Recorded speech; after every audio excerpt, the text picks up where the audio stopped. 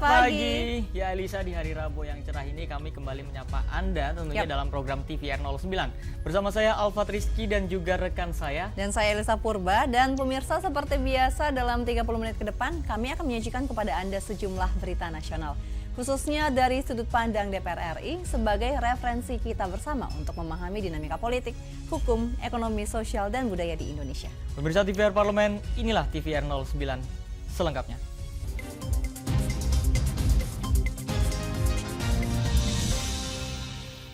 Pemirsa, kita awali TVR 09 pada pagi hari ini dari Badan Akuntabilitas Keuangan Negara atau BAKN DPR RI yang meminta pemerintah dan BUMN untuk membentuk formulasi dalam memperbaiki tata kelola perusahaan agar manfaat BUMN sampai ke masyarakat. Meski telah menerima penyertaan modal negara atau PMN, PT PP Jasa Marga dan SMI belum berhasil menunjukkan restrukturisasi korporasi yang positif. Untuk itu, Badan Akuntabilitas Keuangan Negara atau BAKN DPR RI mendorong pemerintah untuk mencari terobosan baru dalam menyehatkan BUMN agar tidak terus-menerus bergantung pada PMN. Ketua BAKN DPR RI Wahyu Sanjaya menyayangkan beban kinerja BUMN yang semakin berat dan tidak sesuai kapasitas perusahaan. Pemaksaan penugasan terhadap BUMN disebut berpotensi merugikan negara karena membutuhkan kucuran PMN jumbo tanpa ada timbal balik ekonomi bagi negara. Makanya waktu tadi saya tanyakan, kira-kira seandainya tidak mendapat BUMN, apakah Bapak bisa bertahan ataukah Bapak bisa kembali sehat, butuh waktu berapa lama? Kelihatannya mereka butuh waktu yang cukup lama untuk berpikir. Nah, kita berharap apapun yang terjadi, kita berharap mereka bisa memberikan jawaban itu sehingga kita bisa merumuskan ke depannya kalau toh ini akan diberikan penugasan lagi atau tidak diberikan penugasan lagi, atau bagaimana prosesnya kita bisa menyehatkan BUMN ini tanpa PMN. Lebih lanjut, Wakil Ketua BAKN Anis Biarwati menyebut saat ini BUMN seolah hanya mengandalkan PMN. Anis meminta pemerintah dan BUMN membentuk formulasi dalam memperbaiki tata kelola perusahaan agar manfaat BUMN sampai ke masyarakat. Jadi jangan sampai BUMN ini mengandalkan. Jadi ada penyimpangan dalam perencanaan misalnya, atau ada yang tidak sesuai dengan ini kemudian menjadi membengkak, setelah membengkak ngambil lagi PMN gitu kan, jangan sampai begitu, itu sesuatu yang berulang. Dari Malang, Jawa Timur, Amita, TVR Parlemen melaporkan. Pemirsa, selanjutnya kita beralih ke berita mengenai penanganan stunting di Indonesia. Komisi 9 DPR RI menilai pentingnya keseriusan serta koordinasi dan dukungan dari pemerintah daerah untuk menekan angka stunting. Meski sudah turun 2,8 poin dari tahun sebelumnya, angka prevalensi stunting di Indonesia masih relatif tinggi, yaitu 21,6%. Dicatat, masih banyak daerah yang memiliki prevalensi stunting tinggi, salah satunya Kota Bekasi. Untuk itu, Komisi 9 DPR RI mendesak peran aktif pemerintah daerah untuk menyelesaikan persoalan stunting, khususnya pemerintah Kota Bekasi yang merupakan kota penyangga ibu kota Jakarta. Anggota Komisi 9 DPR RI Itet Trijayati Sumaryanto menegaskan ketidakhadiran Pemkot Bekasi dalam pembahasan penyelesaian stunting bersama DPR dan kementerian terkait harus menjadi evaluasi pemerintah daerah dalam penanganan stunting di Indonesia. Pasalnya, untuk menekan angka stunting diperlukan keseriusan, koordinasi, dan dukungan dari pemerintah daerah. Nah, kalau dari yang dekat aja begitu sikapnya, apakah tidak paham? Berarti perlu ada sosialisasi yang lebih gencar. Apalagi daerah-daerah. Nah, saya ingin menanyakan sebetulnya peran atau mengusulkan perlu adanya forum komunikasi antara pusat dan daerah di bidang stunting. Lebih lanjut, anggota Komisi 9 DPR RI Dewi Asmara mengatakan Komisi 9 berkomitmen membantu pemerintah daerah menangani berbagai kendala yang dihadapi dalam menekan prevalensi stunting, mulai dari kendala regulasi hingga anggaran. Jadi upaya kami untuk langsung terjun membantu pemerintah mengatasi dan mengawasi penurunan stunting, ya ternyata bagi pemerintah daerah terkesan belum ada keseriusan. Dari Kota Bekasi, Hilman Hidayat, TVR Parlemen melaporkan. Pemirsa, berita selanjutnya masih mengenai Komisi 9 DPR RI yang menyoroti mengenai penurunan angka diabetes dan hipertensi. Namun akan kami sajikan setelah jeda berikut ini, tetaplah di TVR 09.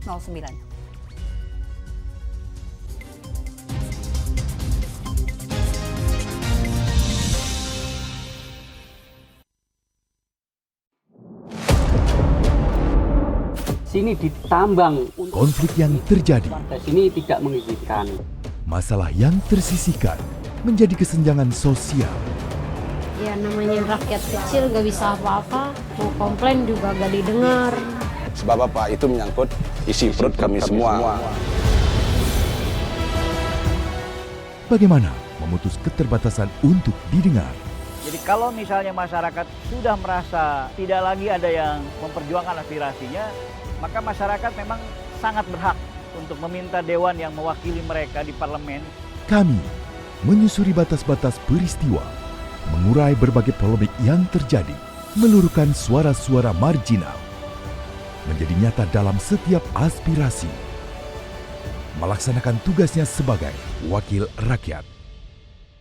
Saksikan Aksi Dewan setiap hari Senin dan Rabu pukul 10.30 waktu Indonesia Barat hanya di TVR Parlemen.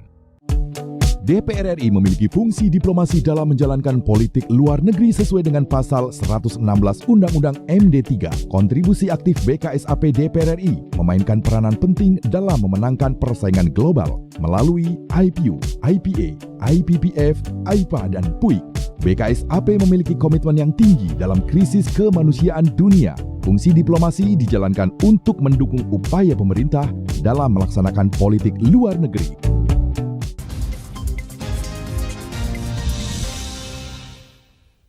Anda masih bersama kami di TVR 09. Ya pemirsa, guna menurunkan angka diabetes dan hipertensi di Indonesia, Komisi 9 DPR RI mendorong pemerintah untuk meningkatkan sosialisasi dan edukasi mengenai pola makan sehat pada masyarakat.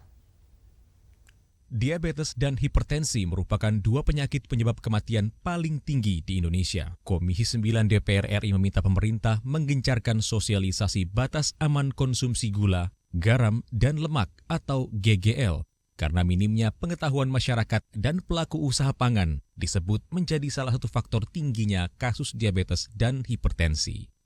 Anggota Komisi 9 DPR RI Edi Wuryanto meminta Kementerian Kesehatan dan Badan POM agar memasifkan edukasi tentang pola makan sehat pada masyarakat.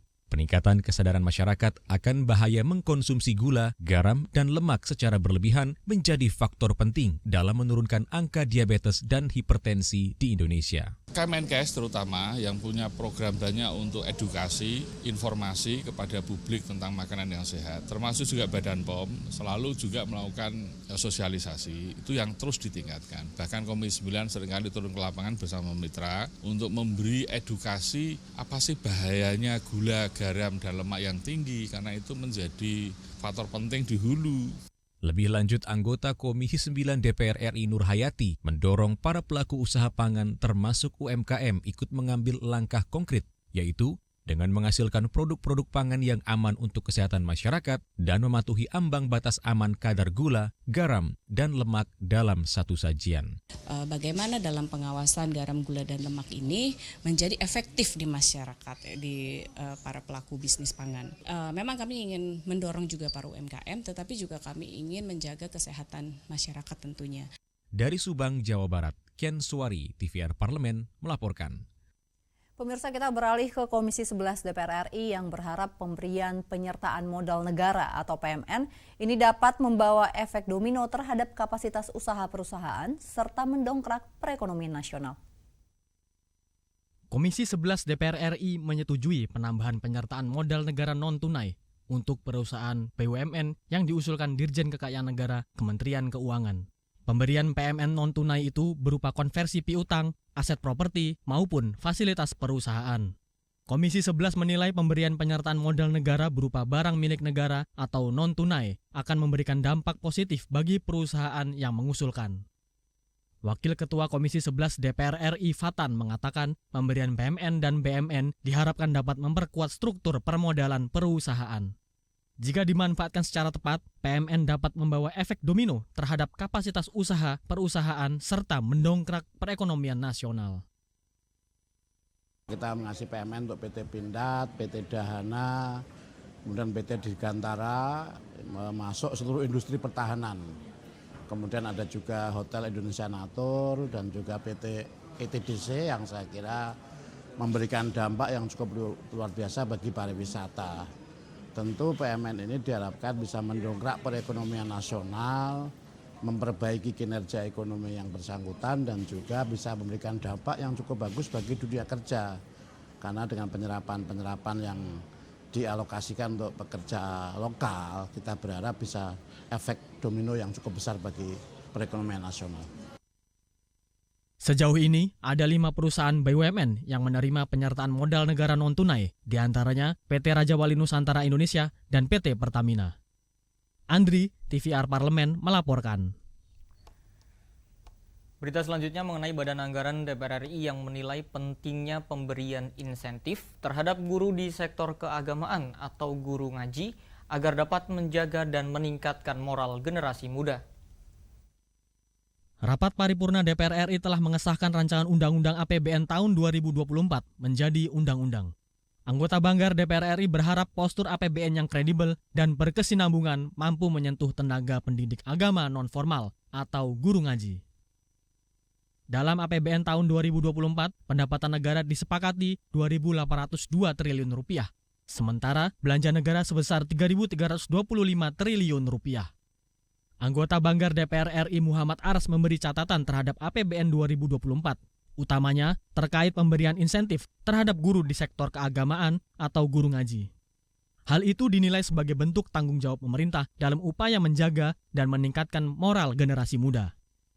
Ini tentu yang mendapat pos anggaran terbesar adalah di pendidikan, kurang lebih 20%, disusul dengan pertahanan, kesehatan, lalu kemudian tentu pemberdayaan sumber daya manusia, sehingga ke depan kita harus betul-betul meningkatkan bagaimana sumber daya manusia ini betul-betul mampu bersaing di era global. Tentu di samping kenaikan pegawai negeri sipil, pensiunan, juga mempertimbangkan untuk memberikan insentif kepada guru ngaji.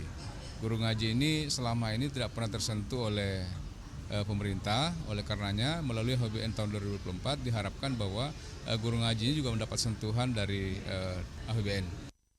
Lebih lanjut, Aras menilai peningkatan anggaran untuk program perlindungan sosial harus terrealisasi secara tepat sasaran, sehingga APBN 2024 dapat optimal dimanfaatkan masyarakat yang membutuhkan.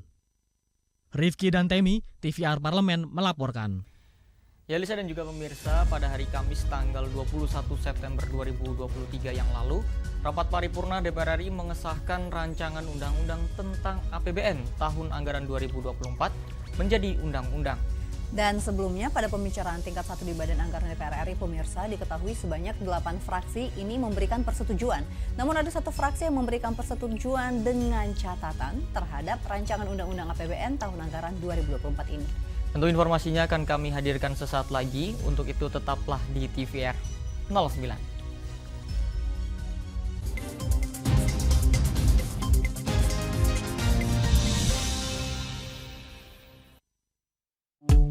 DPR RI memiliki fungsi diplomasi dalam menjalankan politik luar negeri sesuai dengan pasal 116 Undang-Undang MD 3. Kontribusi aktif BKSAP DPR RI memainkan peranan penting dalam memenangkan persaingan global melalui IPU, IPA, IPPF, AIPA, dan PUIK. BKSAP memiliki komitmen yang tinggi dalam krisis kemanusiaan dunia. Fungsi diplomasi dijalankan untuk mendukung upaya pemerintah dalam melaksanakan politik luar negeri.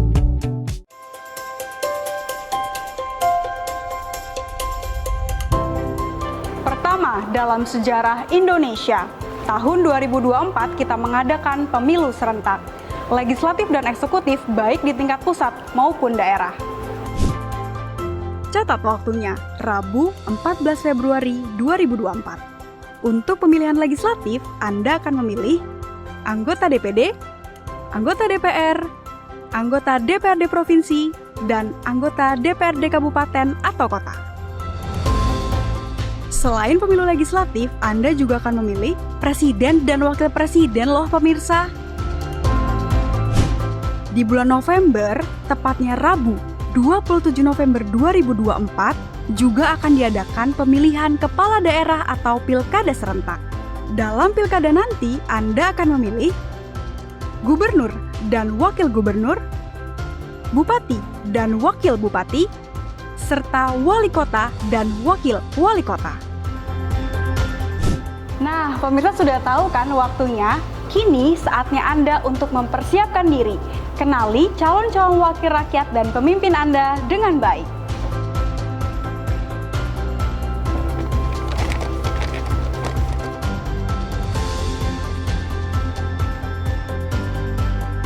Jangan sampai kesempatan untuk memilih calon wakil rakyat dan pemimpin Anda terlewat begitu saja. Ayo ramaikan pesta demokrasi pemilu 2024 dengan meriah. Demi masa depan bangsa Indonesia.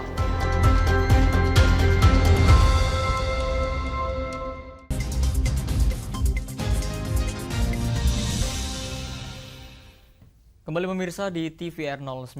Ya pemirsa, Undang-Undang APBN 2024 ini merupakan APBN terakhir di era kepemimpinan Presiden Joko Widodo dalam menyokong program kerja Kabinet Indonesia Maju.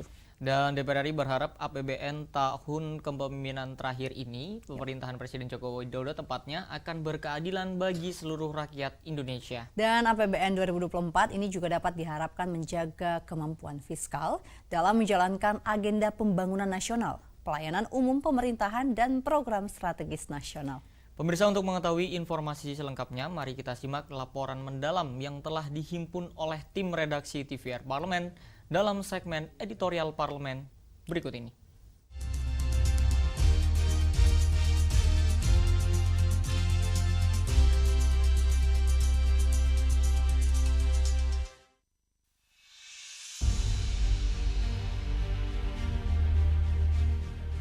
Apakah rancangan undang-undang tentang anggaran pendapatan dan belanja negara tahun 2024 dapat disetujui untuk disahkan menjadi undang-undang? Setuju. Terima kasih. Dalam rapat paripurna 21 September lalu, DPR RI akhirnya menyetujui rancangan undang-undang tentang APBN tahun anggaran 2024 menjadi undang-undang. DPR RI bersama pemerintah Indonesia menyepakati total pendapatan negara 2.800 triliun rupiah, total belanja negara sebesar 3.325 triliun rupiah, dan defisit anggaran sebesar 522 triliun rupiah. Dengan indikator sasaran pembangunan berupa tingkat kemiskinan 6,5 hingga 7,5%, tingkat pengangguran terbuka 5,0% hingga 5,7%, tingkat kemiskinan ekstrim 0 hingga 1%, rasio Gini 0,374 hingga 0,377, indeks pembangunan manusia 73,99 hingga 74,02, nilai tukar petani atau NTP 105 hingga 108, dan nilai tukar nelayan atau NTN 107 hingga 110. Seiring dengan berakhirnya kepemimpinan Jokowi pada Oktober 2024 mendatang, DPR RI berharap APBN 2024 dapat digunakan untuk menyelesaikan program-program prioritas dan peningkatan kesejahteraan rakyat. Sesuai mandat konstitusi, agenda berkelanjutan menurunkan tingkat kemiskinan, pengangguran, dan kesenjangan sosial menjadi tugas yang akan terus didedikasikan sepanjang hayat. Keinginan kuat pemerintah meninggalkan legasi penting untuk menurunkan tingkat kemiskinan patut kita dukung. APBN 2024 akan menjadi modal penting bagi pemerintah melunasi janji kepada rakyat sebelum demisioner pada Oktober 2024. Pemerintah menurunkan kemiskinan ekstrim di level 0,1%, menurunkan prevalensi stunting ke level 14%, menjaga pertumbuhan ekonomi tetap di atas 5%. Inflasi berada di level rendah, patut kita dukung. Selanjutnya, beberapa anggota DPR RI menyoroti distribusi APBN 2024 untuk program-program prioritas. Di antaranya, penguatan ekonomi, penurunan angka prevalensi stunting, penyelesaian proyek infrastruktur, hingga peningkatan kesejahteraan guru dan tenaga pendidik. Pemerintah benar-benar fokus di dalam menyelesaikan permasalahan kemiskinan ini. Juga dalam rangka penanganan masalah stunting. Jadi ini hubungannya adalah tentu dalam rangka pengembangan sumber daya manusia. Ini menjadi prioritas yang pertama. Terus yang kedua juga kita tahu bahwa di dalam program APBN ini juga perlindungan sosial itu menjadi salah satu yang menjadi prioritas. Anggaran tahun ini kurang lebih 3.325 triliun rupiah. Ini tentu yang mendapat pos anggaran terbesar adalah di pendidikan, kurang lebih 20%. Tentu di samping kenaikan pegawai negeri sipil, pensiunan, juga mempertimbangkan untuk memberikan insentif kepada guru ngaji. Guru ngaji ini selama ini tidak pernah tersentuh oleh pemerintah. Sinergi DPR dan pemerintah dibutuhkan untuk mewujudkan kebijakan nasional yang mensejahterakan rakyat, termasuk peraturan pelaksanaan program perlindungan sosial, sehingga APBN 2024 dapat dimanfaatkan secara optimal oleh masyarakat yang membutuhkan. Tim redaksi TVR Parlemen melaporkan.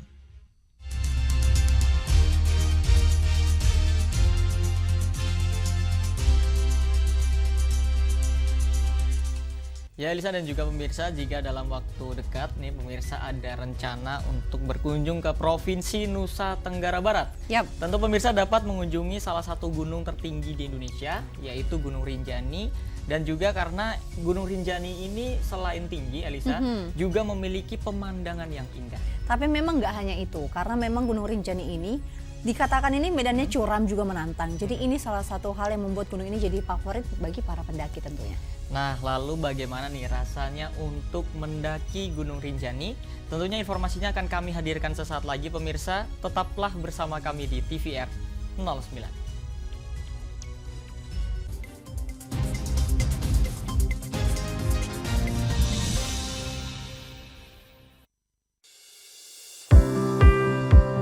Mengenal tugas dan fungsi DPR RI. Dewan Perwakilan Rakyat atau DPR adalah lembaga negara yang mewakili aspirasi rakyat. Kehadiran DPR RI merupakan salah satu bukti bahwa Indonesia merupakan negara demokrasi.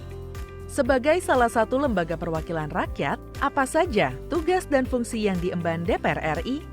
Berdasarkan pasal 20A ayat 1 Undang-Undang Dasar 1945, DPR memiliki 3 fungsi, yakni fungsi legislasi, anggaran, dan pengawasan. Tugas dan wewenang DPR berbeda untuk setiap fungsinya. Yang pertama, fungsi legislasi.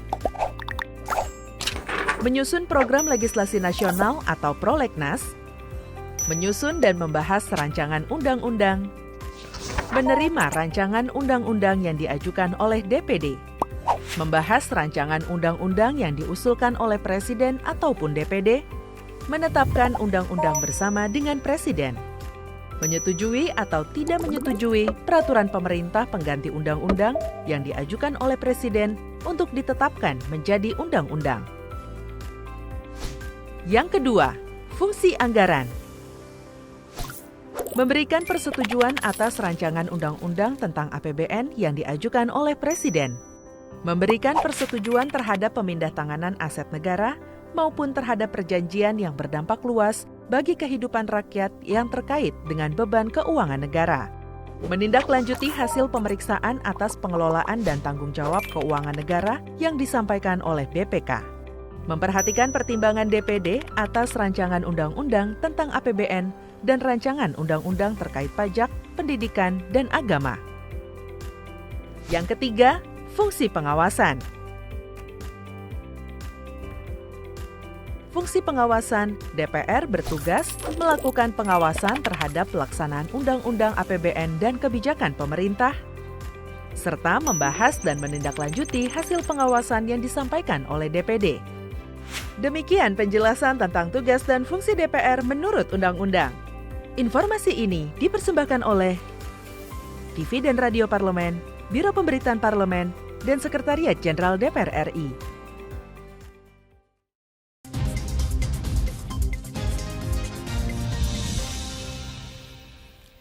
Terima kasih pemirsa, Anda masih bersama kami di TVR 09. Ya pemirsa, kalau kita masih membahas soal mendaki gunung, Alfa terakhir mendaki kapan? Kayaknya udah lama banget ya Elisa, waktu masih kuliah. Kalau memilih mau mendaki gunung dengan rute yang ada treknya agak menantang atau emang cukup menikmati aja, bagaimana? Cukup menikmati aja sih, karena memang pada dasarnya tidak terlalu suka untuk naik gunung karena ketinggian rada membuat takut ya kalau tinggi-tinggi. Oke, tapi kalau Gunung Rinjani ini, Alfa juga pemirsa, ini memang difavoritkan untuk para kalangan pendaki yang memang ingin rute atau medan yang dilalui ini cukup menantang. Berarti ini kalau kita ke Gunung Rinjani, ini pemirsa berarti perlu selain persiapan dan juga pemanasan baik dari segi fisik dan juga peralatan ya Elisa. Karena memang tidak hanya merasakan tantangan saat mendaki, bagi para pendaki ini ada kebanggaan tersendiri jika sudah mendaki ke Gunung Rinjani. Tentu kita penasaran ya gimana sih keindahan yang bisa kita saksikan dengan mendaki Gunung Rinjani. Pemirsa, tentunya kami hadirkan untuk Anda dalam segmen Intips, informasi dan tips berikut ini.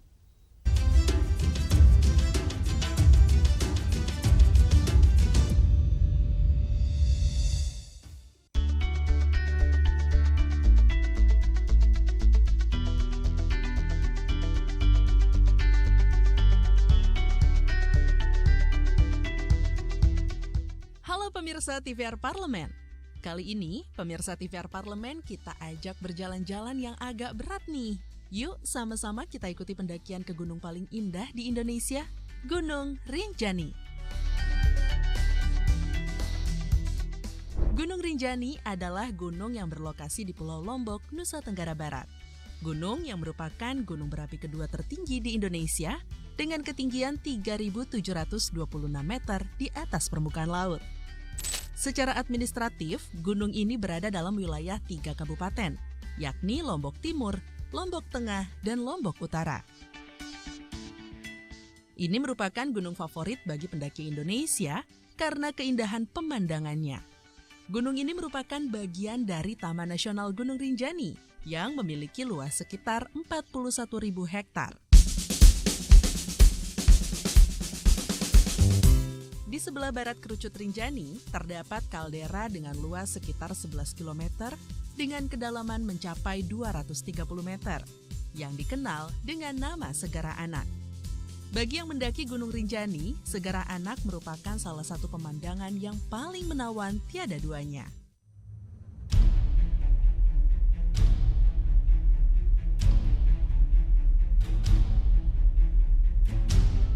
Kegiatan mendaki ke puncak Gunung Rinjani merupakan salah satu objek wisata yang menjadi andalan di kawasan Taman Nasional Gunung Rinjani. Gunung Rinjani dikenal sebagai gunung berapi yang masih aktif nomor 2 tertinggi di Indonesia. Puncak Gunung Rinjani merupakan tujuan sebagian besar para petualang dan pecinta alam yang mengunjungi kawasan ini. Karena apabila telah berhasil mencapai puncak, itu merupakan suatu kebanggaan tersendiri. Summit Attack atau perjalanan ke puncak biasa dilakukan pada pukul 3 dini hari untuk mencari momen matahari terbit. Perjalanan menuju puncak tergolong berat karena melalui bibir kawah yang curam. Medan pasir, batu, tanah membuat banyak pendaki hampir menyerah jika tidak disiapkan dengan matang. Namun, begitu tiba di puncak, kebanggaan akan terasa. Karena berhasil melalui medan yang berat dengan panorama perjalanan yang sangat memikat.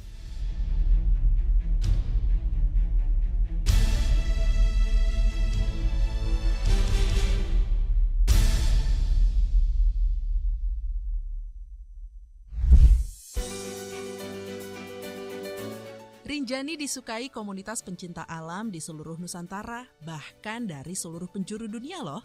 Pemirsa bisa memilih rute sembalun yang agak panjang namun lebih panas karena melalui padang savana yang terik. Makanya di Rinjani, krim penahan panas matahari sangat dibutuhkan.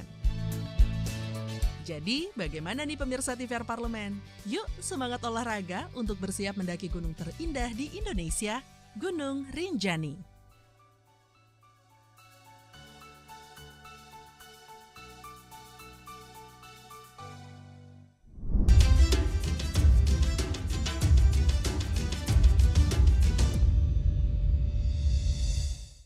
Baik pemirsa, di penghujung acara kami informasikan kepada Anda sejumlah agenda DPR RI pada hari ini, Rabu 27 September 2023. Ya pemirsa, pada pukul 10 waktu Indonesia Barat, ada Komisi 9 DPR RI yang akan mengadakan rapat kerja dengan Menteri Ketenagakerjaan.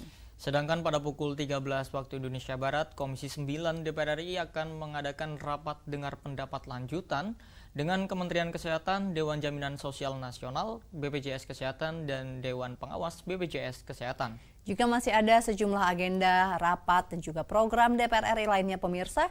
Tentunya masih dapat Anda saksikan secara langsung di TVR Parlemen melalui kanal utama, kanal komisi, dan juga kanal alat kelengkapan dewan lainnya. Tentunya dapat Anda akses di tvr.dpr.go.id. Dan pemirsa TVR Parlemen, segmen tadi sekaligus menutup perjumpaan kita pada pagi hari ini. Dan kami segenap kru TVR Parlemen yang bertugas mengucapkan terima kasih telah menyaksikan TVR 09 pagi ini. Saya Lisa Purba. Saya Alfat Rizky, sampai berjumpa kembali di TVR 09 edisi selanjutnya. TVR Parlemen, Referensi Indonesia.